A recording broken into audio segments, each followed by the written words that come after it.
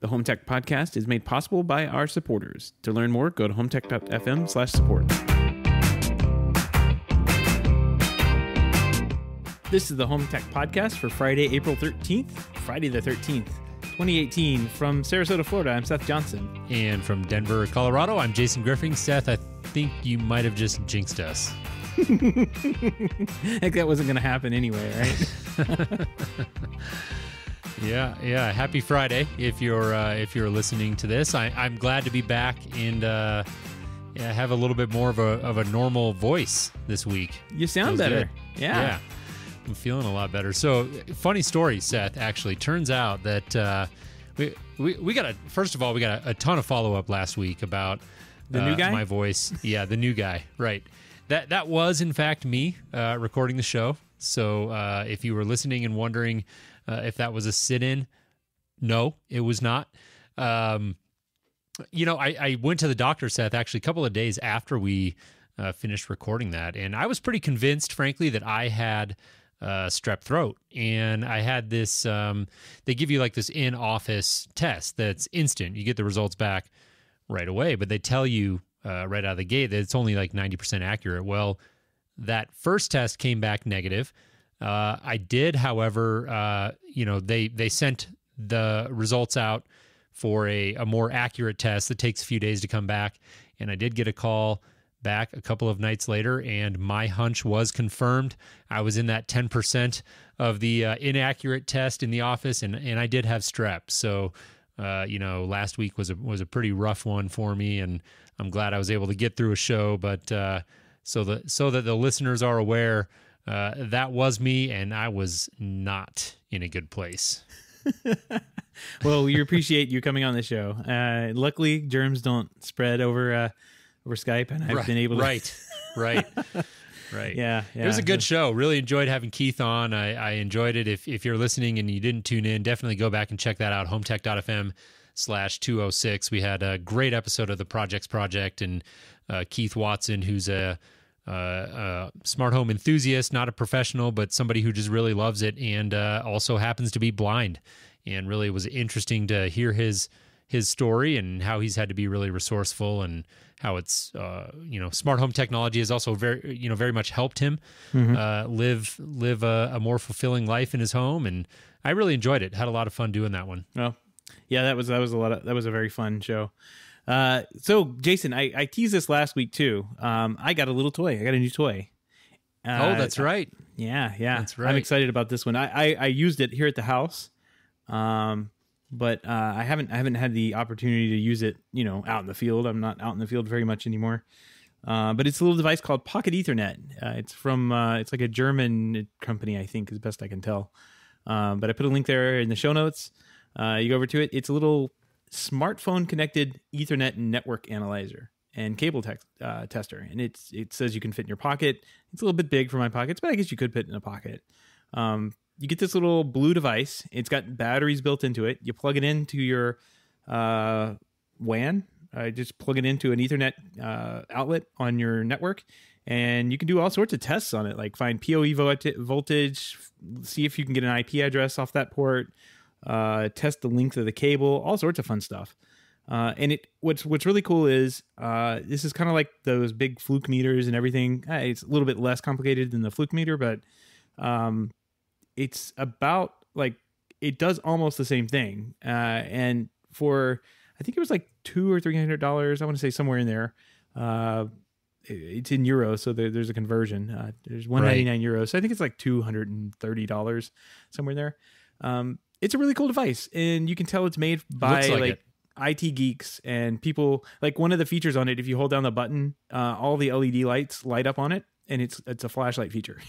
Like, so you can tell these guys have been in the field. Yeah. Oh, I mean, what I was saying about this earlier, what makes this different than the fluke meter is that it connects to your smartphone. So it has an iOS and Android app, and you run all your tests through that, and you can email yourself PDFs and all that stuff of what you've been doing. So just starting to get playing around with it, and it comes in this nice little bag, and that you can toss into your work bag or whatever. Right. It's a cool little device. Been really happy with it so far. I did take like 100-foot cable, like a known length cable, plug it in, and it came up 95 feet. So either it's Close enough. Yeah, it's close. I think you can calibrate it, but either it's 5 feet off or the cable is 5 feet shorter than it should be. So who knows? And that's a possibility too. Yep. Yeah, no, this looks cool. I remember, I don't know how much that, the price of that. So 199 euros. I don't know how that stacks up to like a nice Fluke meter. Do you have any idea like how much those things are? It's been so long that I don't remember, but those are 480. They start at 480 and they go up from there. Yeah. So there you go. They're pretty pricey. And I got to say, I remember, not so long ago when I was out in the field regularly doing work, I remember thinking about that on multiple occasions, that, you've got smartphones now and there's a ton of intelligence built into those. And I remember thinking, gosh, if you could just have like a little dongle or something that plugged into this and use the computing power of the phone and just have some sort of little device to handle the physical part of cable testing, you could probably save a lot of costs and have a much more affordable device. And so, looks like I wasn't the only one thinking about that. And this looks like a pretty neat device. Definitely more for the pros, I would say. I can't think of a use that I would have for this nowadays, being out of sort of the install game, at least directly. But that's pretty neat. That's a pretty cool looking device. Wow, these Fluke meters are actually more expensive than that. They start at $480, but they can go up to about $3,000, and most of them are hanging above $1,000. Like there's different brands on. Yeah, I just looked on over at Amazon, and most of the brands are over $1,000. That can do kind of, if not the same features that this one can do. One thing that's nice about it being up, it's built into the smartphone. They can add different things into the app. Like one of the things I saw they were adding is like speed tests and that kind of thing. So you could. I don't know if I would use this in the field as much as I would use it kind of just like as a site survey tool, and just plug in, get some information off the network, see that you can connect, do a few speed tests and then print out a decent report for you or the customer to look over. I think and it's got toner built into it as well. It doesn't have the wand thing that you need, but it's got a toner built into it, that you can change the tone on and tone different pairs of cables and that kind of thing. So, cool. Yeah. Very cool. Somebody thought about this, you sat back and said, I wish this device existed. And they went out, they were crazy enough to go out and make it. Right. So, yeah. And that was about as far as I thought about it, but somebody else went and did their homework. So pretty cool. Greg in the chat room saying he'll take one. So, PocketEthernet.com, and we'll have a link to that up in the show notes at HomeTech.fm/207. Yeah, free little advertisement for Pocket Ethernet, but it's a cool device. So we find stuff like that. We'll tell you about it. There you go. All right. Well, let's, Seth, why don't we jump into a few home tech headlines? Spotify and Hulu have unveiled a $13 per month plan that gets you access to both Spotify ad-free music and Hulu's basic package. Paying for both services separately would cost you about $18. So this is a pretty good deal. If you already have Spotify premium subscription, you'll be able to grab the offer for just $10.99. Just $1 more per month, more than you're currently paying. Yeah, that's a pretty good deal. I think that $10.99 month an offer for current Spotify premium members is a limited time deal, but still, snatch that up and check it out. One question I had about this is I know this is for Hulu's basic package, and it doesn't sound like they have a comparable offering if you want Hulu's commercial free option. So that'd be an interesting thing to check out. But all in all, a good deal. And Chris in the chat room is saying he likes this subscription collaboration model. I do as well. Great for consumers. Speaking of Spotify, they are reportedly developing a new version of their free music service. The first big product change since they went public recently, according to people familiar with the matter. The company is tweaking the free service to make it easier to use, especially for customers on mobile devices, said people familiar with the matter who asked not to be identified because the plans are still private. An announcement is expected to be made within the next couple of weeks. So we'll have to keep an ear out for that. Very interesting. Amazon Key is going nationwide. Amazon said it is expanding the reach of the app, which works with smart locks and an in-house security camera to allow the company to let people into your home. And they're expanding it to all customers across the U.S. In-home packaging delivery is one of the primary uses of the Amazon Key. It will, for now at least, remain restricted to select markets. Not really sure what they're using it if they're not delivering packages for. Yeah, so okay. I think there are some people out there who are using it to let like service providers into their home. That makes sense. Basically they are expanding the reach of that offering for people who are using it as such, but the actual delivery of packages where they can come in and drop those inside of your house is still limited to select markets. Speaking of Amazon Key, they are growing now from 3 supported models of smart locks to 8 in total, all from Kwikset and Yale. Kwikset is adding 3 new models, and Yale is adding 2. The service, which was originally announced back in October, is available in select parts of about 40 cities. It does require an approved smart lock and Amazon's Cloud Cam, so you can keep an eye on people delivering packages into your home. So, these two stories combined here, Amazon is apparently still investing in and continuing to develop the Key service, and I'm still scratching my head about this one a little bit, Seth. I don't know. It seemed to be greeted with mixed reviews in the press, and I'm just not totally sold on it personally. But Amazon seems to think there's something there, so we'll have to keep an eye on it as they continue to develop it. Yeah, definitely not for me, but I can see the use case. Like if you had an apartment, I remember being at CEDIA this year and we stayed in one of those Airbnbs, and we walked through the hall. Like we were in a condo building essentially, and we're walking through these interior hallways, and there's just packages sitting on the ground. So I could definitely see somebody who was getting something like that delivered, just have the ability to open up the door, let the package be dropped off, see who did it, and have the door closed. So, right.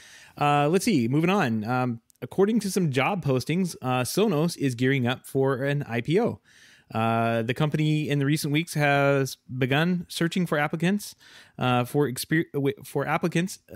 experience in filling key legal and financial roles. One of the job listings also mentions that Sonos is preparing its financial reporting to comply with rules for public companies. A Sonos spokesperson declined to comment on the job listings, telling Variety, "Well, we like where our business is, and an IPO is something all tech companies think about." I guess where there's smoke, there's fire, right? Yeah, I like that. An IPO is something all tech companies think about. It's not something all tech companies put out job postings for. So, like you said, where there's smoke, there's probably fire. And I was reading this story this week, and I was thinking, gosh, it's actually surprising to me, as big as Sonos is, that in hindsight that we haven't heard rumors of an IPO sooner. So I would be surprised if this story was not true. But we'll see. Moving on here, this week, Amazon unveiled Alexa announcements designed to make one-way announcements via every Echo device in your household. Amazon calls it, quote, an easier way to quickly get your family on the same page, end quote. New feature functions much like an old-school intercom. You simply say, Alexa, announce that dinner's ready to the nearest device, and from there, it will broadcast dinner's ready to every other Echo device in the home. So kind of handy. We've only got the one here in my home right now, Seth, but if we expanded to multiple, I think this is something we might take advantage of eventually, although I think it might be hard to break my wife of the habit of texting me. I get texts from her constantly. We could be in adjacent rooms and I'm receiving text messages, and I have a feeling I'm not the only person out there who has that experience. But anyways, cool feature. And, if you've got Echo in the home, why not? Yep. The Amazon is disrupting the intercom market for sure. It's a booming market. Yep. Speaking of different markets here, the robot lawnmower market is actually something, right? Evidently, here in the United States, we lag behind several other countries, including Germany, Sweden, and England, and that may be about to change thanks to Husqvarna's group's auto mower line. That's kind of hard to say. The first auto mower rolled off the Swedish assembly line back in 1998. Husqvarna recently celebrated 1 million units sold in January 2017, the majority of which are now in Europe.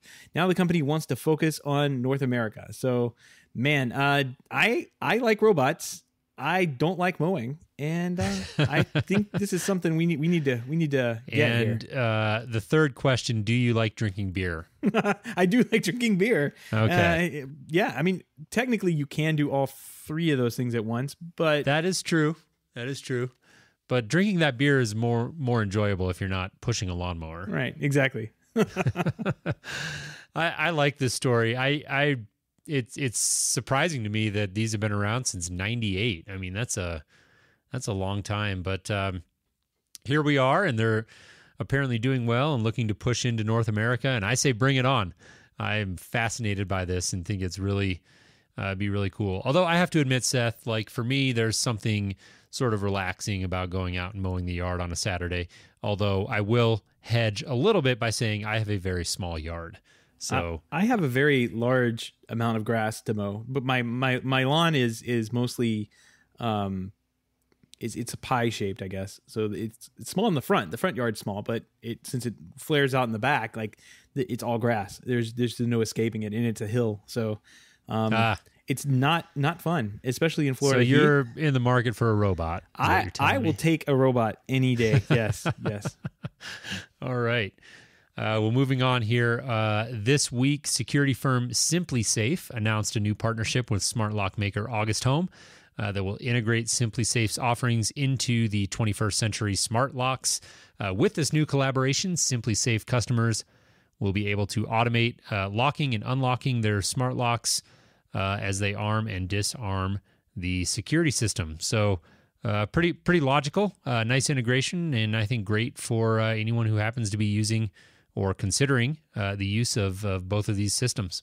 Yeah, I'm starting to hear more and more of these DIY security type things like Simply Safe, and a couple of other ones are looking toward, like, it seems like they have the products down. Now they're going to be looking towards integrations. So it could be a good year for this kind of story.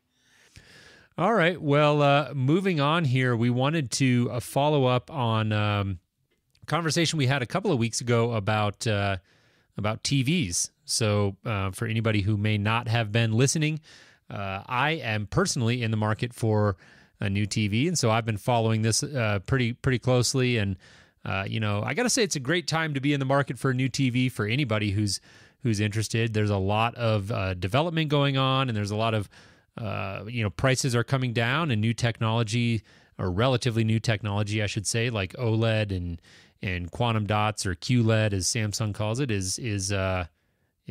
going up. There's a lot of that going on, and so it's kind of a golden age, I would say, to be in the market for a new TV. And Vizio this week announced their 2018 lineup. So we're not gonna spend as much time talking about TVs here as we did a couple of weeks ago, but we thought it might be good to pick this story apart a little bit and compare it to some of the other TV offerings that we talked about, I think a couple of weeks ago. It was back, just looking at episode 205. So if you're interested and didn't catch that previous conversation, HomeTech.fm/205, where we really dove into new offerings from Sony and Samsung and TCL, I think it is the name, that really up-and-coming brand. And gosh, Seth, Vizio has been around forever and really came out as sort of a budget brand that was really known initially for producing very inexpensive TVs, but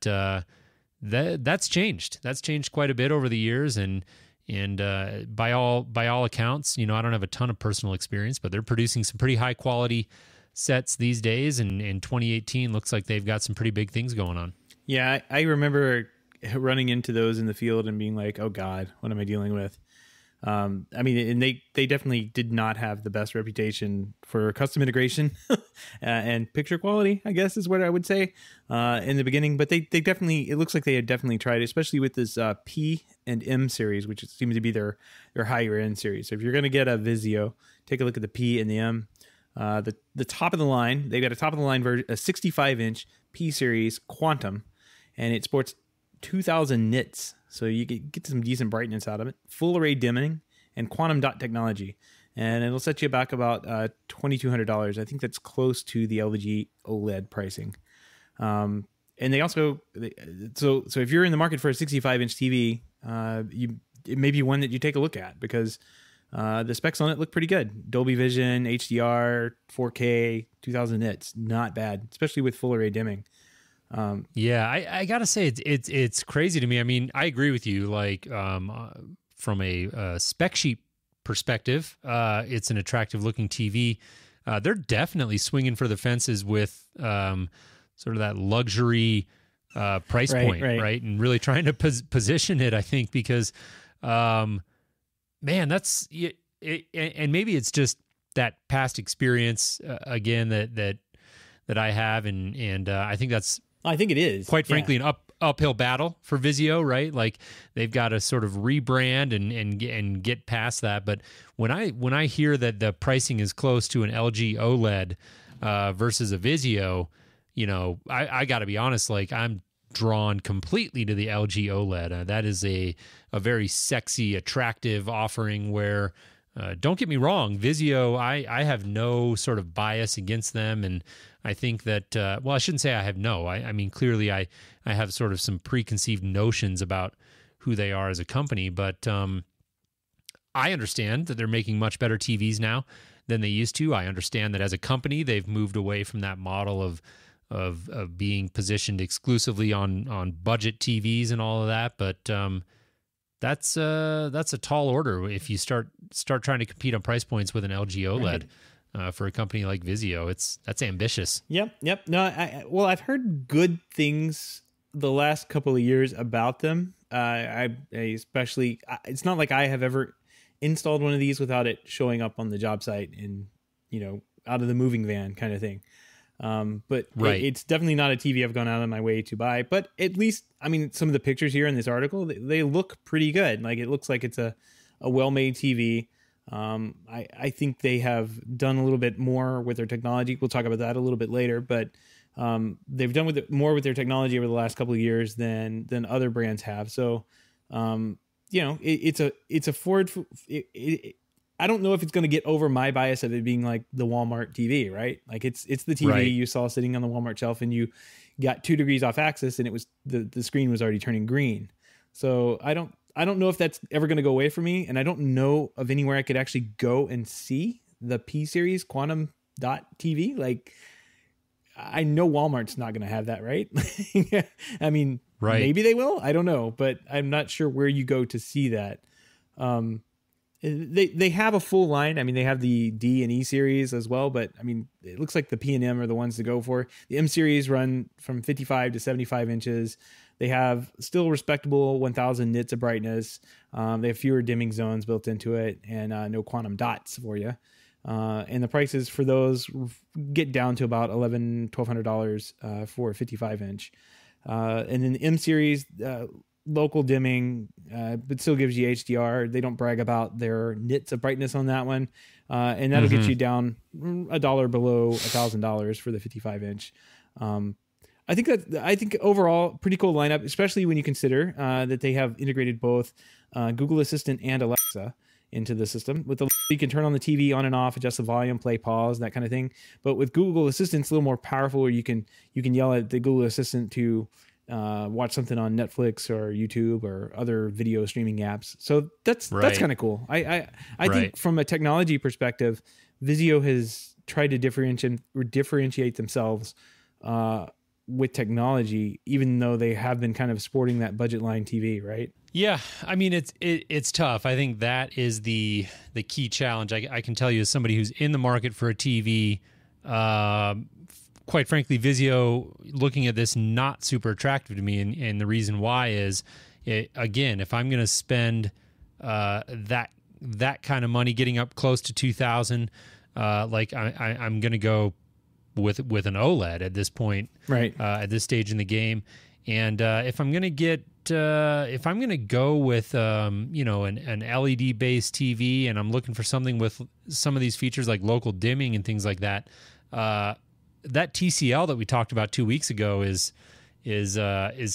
tough to beat. I mean, $650 I think is what they were saying for a 55-inch.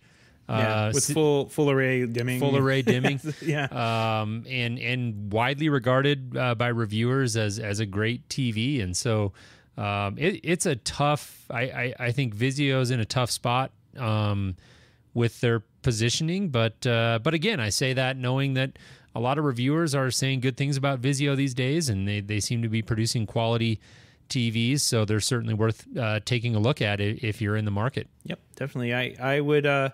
I mean, I would consider it if it came across, and I don't know, some of the things that I think of that, and I think these support it. I'm pretty sure they do. They have like discrete codes on them, but that was always the big thing. Like these were Toad devices, toggle only, off and on, whatever that Toad stands for. These devices you could not program. You would turn them on. You would pray that the input never got changed, or the power went off, and the input goes back to the fuzzy screen. Yep. And that's why. Above everything else, I avoided them like the plague. I could not have that service issue come up on the weekend where the client went out to the lanai and they just threw up their old Vizio TV out there, and it didn't work because the control system couldn't turn it on to input 4, and it was stuck on the fuzzy TV tuner channel. So right. not a good day.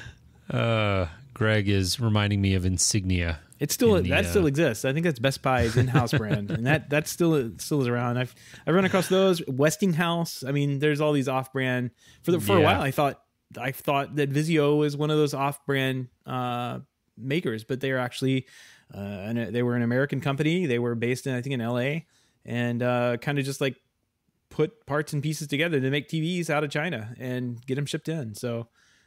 Interesting company for sure, and at least they're still making an interesting product, it seems. Yeah. Well, I gotta say I'm unswayed so far. I'm still leaning towards TCL, but it'll probably be a handful of months until I make a decision there. We're not in a big rush, and have a number of other things on the budget list that are more important than a new TV, but we'll keep you posted. Seth, shall we move on here? We got a pick of the week. Yep.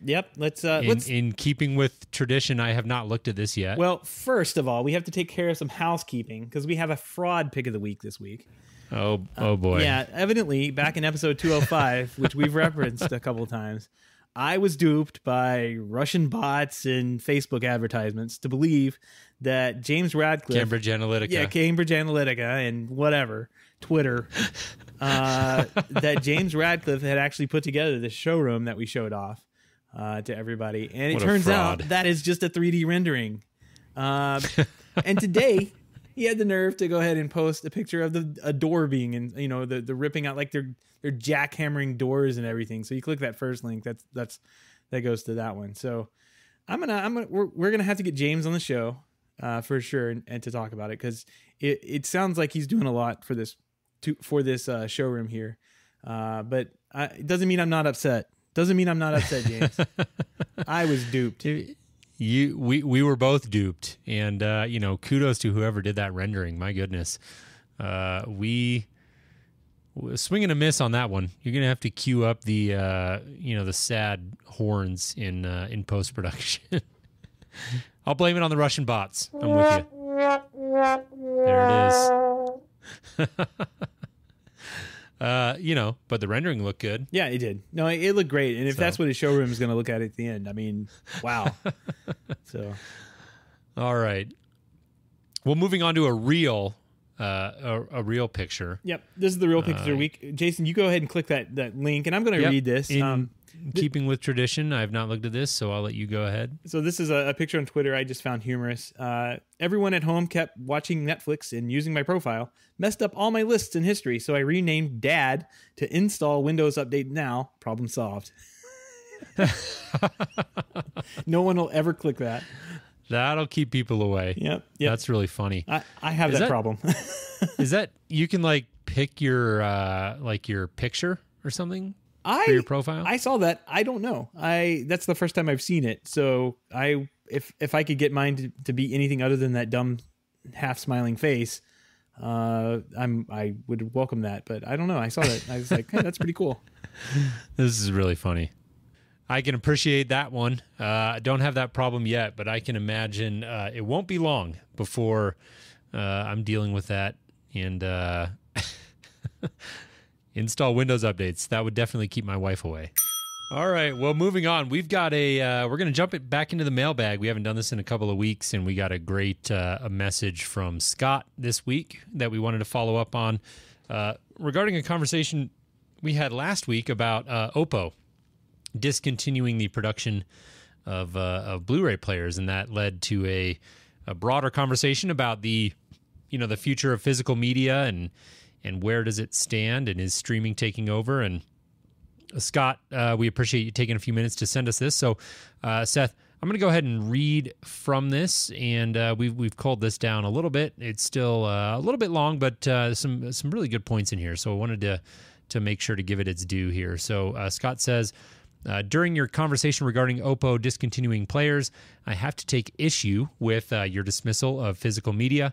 While I appreciate that this is the current trend among the impatient and young, I'd expect a show like yours to better recognize and discuss why this is a bad thing. Physical media is not only about getting the best video and audio quality, but it's about actually owning the titles in your collection. Digital, quote, purchases, end quote, are a fragmented world of tenuous services that come and go every year, and streaming services such as Netflix are fickle curators which seem to remove more each month than they add. He says this is a documented fact and includes a link from Business Insider that we'll put up in the show notes at HomeTech.fm/207. And lastly, closes out the message, it's not good to accelerate the demise of physical media because I fear that users will only find out too late what they've lost. We should instead be regularly discussing the risks of streaming and encouraging the support of the physical marketplace so that we can keep it alive as long as possible. All right, makes sense. So it's very good points. Yeah, quite a bit to unpack there. Yeah, no, he makes plenty of good points. I got to say that I had a similar experience, and I was telling you about this before the show, and it still hasn't come to me. And I can't remember what movie it was. You get so lost in the world of titles when you're scrolling through streaming and trying to find a movie to watch. It's so overwhelming. But I vividly remember this was just within the last week or so that there was a movie on Amazon that I'd been meaning to watch, and I think I'd even added it to my watch list. And then I went to I finally got a chance the other night that I was going to sit down and at least start it. And this was on the Amazon Prime app. And when I went to start it, it gave you that, for anyone who uses Prime Video, they'll recognize this. Instead of the play button, it said, how do I watch this? Which means that it's available on Amazon. It's not available on Amazon Prime. So, this does happen. They curate these movies. I know for a fact it was available on Prime before, and now it's not. And so, Scott, your point is well taken about they are sort of fickle, and I'm not sure how that business model works and how they decide, what goes up and how long it stays up and when they pull it down, and all of that is a giant black box as far as I'm concerned. So, your point there is definitely well taken. Yep, I agree with some of the points, but I mean, overall, I think you got to skate where the puck's going, and clearly, I mean, this drum has been beat and the war has been lost on physical media. We have moved away from that in regards to music completely, and the world has moved on to even streaming services like Spotify, and Apple Music and that kind of thing.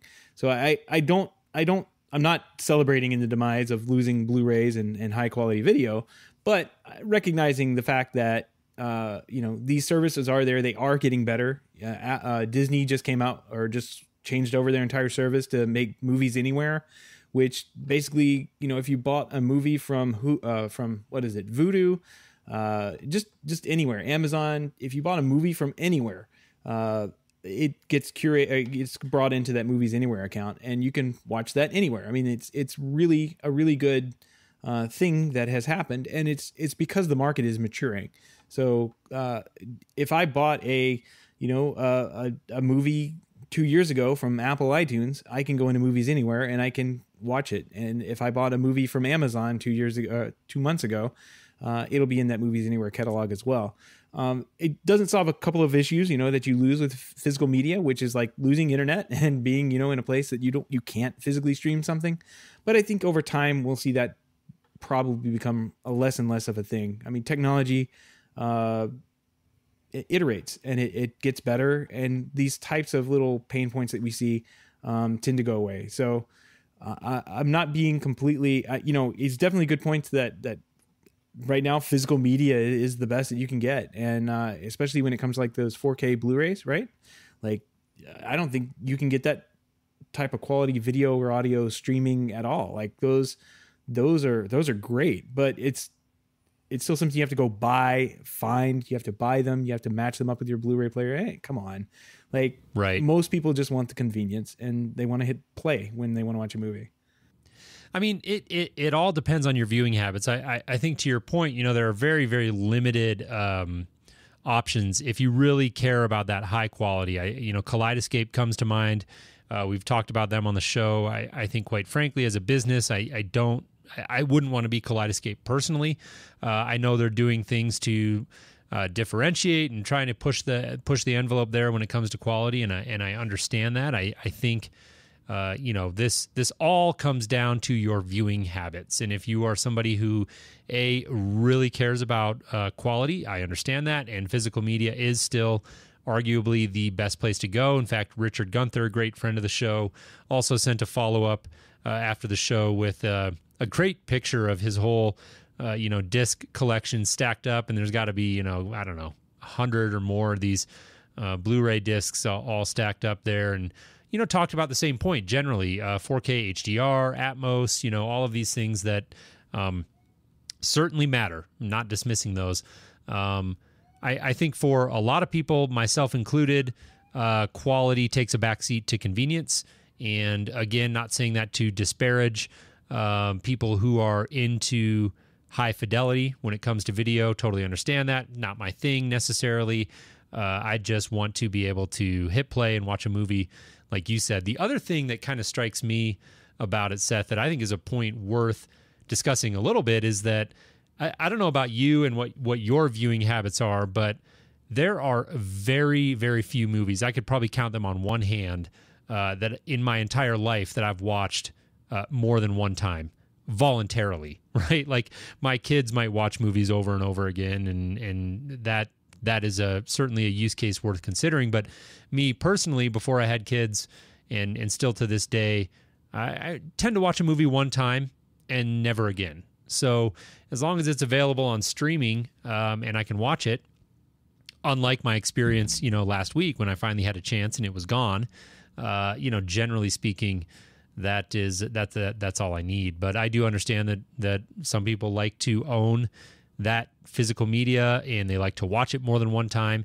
And certainly if that's the case for you, then yes, by all means, physical media is still the best way to go, or, downloading in some way, shape, or form in a way that you actually have ownership rights of that file, and that it's not going to go away based on some temporary licensing agreement or whatever it is. Certainly worth considering. Yep. I gotta say, I'm exact opposite. I watch movies many times, especially if they're good movies. I've seen a number of good movies that I can think of like multiple times, including extremely long ones, like Ben-Hur, for some of the old movies I've watched over and over again. Yep. Fantastic Mr. Fox is one of my favorite. I've probably seen that a half dozen, if not a dozen times. So like there's definitely, it just depends on the person and the viewing habits, like you're saying, as to what product works best for you, I suppose. Which is why I'm taking my physical media and converting it into digital, like, cause I like these movies. I like to watch them many times. So we've seen them many times, especially Disney movies. We have been watching them numerous times recently, but in the past we've also watched them. We're big Disney fans, so we watch those and Pixar films repeatedly. So I mean that comes up in this house a lot. So right. But without having the physical media, yeah, you're right. You are kind of is it going to disappear from Netflix? Are we going to not have Moana next month on Netflix and have to figure out where, use that app? What is it? Just stream it or something, and figure out where it goes. That's not fun. And I agree that right. we could definitely but I think that in the future we'll have definitely have a better option for all this, right? I think technology and the companies that are doing this we're pretending that the limitations and the issues that we have today will never be resolved. And I don't agree with that. I think we've seen that happen, especially with like Movies Anywhere services like that come forward. And I think that we'll continue to see innovation in this marketplace, to where the argument to have, physical media on site is less and less required. And maybe it goes the way of vinyl, and there's a resurgent in 20 or 30 years, and we all get nostalgic and have Blu-ray watching parties or something. But I don't think that the physical media has much of a way to go, especially when you look at the numbers and look at what people actually want to do. I agree. Yeah, no, I definitely, I appreciate, Scott, you reaching out and definitely, understand where you're coming from. And I think it's a very, very valuable point. I stand behind what we said last week in terms of, I certainly wouldn't want to invest my money or have a vested interest in the physical media business personally. But I do understand there is value there, and that there are there is a subset, and the size of that I'm not totally sure about, but there is a subset of people out there who are really hoping that it sticks around and stays healthy and viable for a really long time. And I certainly don't think that our humble podcast here is going to have any appreciable effect on that one way or the other. Not at all. Yeah. Well, thanks, Scott, for reaching out. We do appreciate the feedback. And at least spurred a pretty good discussion here on the show. So if anybody else has some feedback they would like to leave us on this topic or any other topics, our email address is feedback@HomeTech.fm. You can go to the show, the website, HomeTech.fm/feedback. There's a form there that gets to Jason and I both as well. Or you can join us in the chat room live every Wednesday, starting at 7:30 p.m. Eastern. We made it today on Wednesday. So just keep an eye on HomeTech.fm/live or at HomeTech Podcast on Twitter for updates on when we actually do start recording. We'll start tweeting out around the time. Yep. Absolutely. All right. Well, that'll do it for us this week. Want to thank everybody for tuning in. As we always do, want to send an extra special thanks out to our patrons, supporters of the show. If you're interested in learning how you can support our efforts here at the HomeTech Podcast, head on over to HomeTech.fm/support, and that's where you can learn about ways that you can contribute to our efforts to continue producing shows like this for as little as $1 a month. We'd really appreciate it. So once again, that is HomeTech.fm/support. Yep. Thanks. Well, Jason, I'm glad you're feeling better, and I guess we'll talk to you next week. All right. Sounds good. Take care, Seth.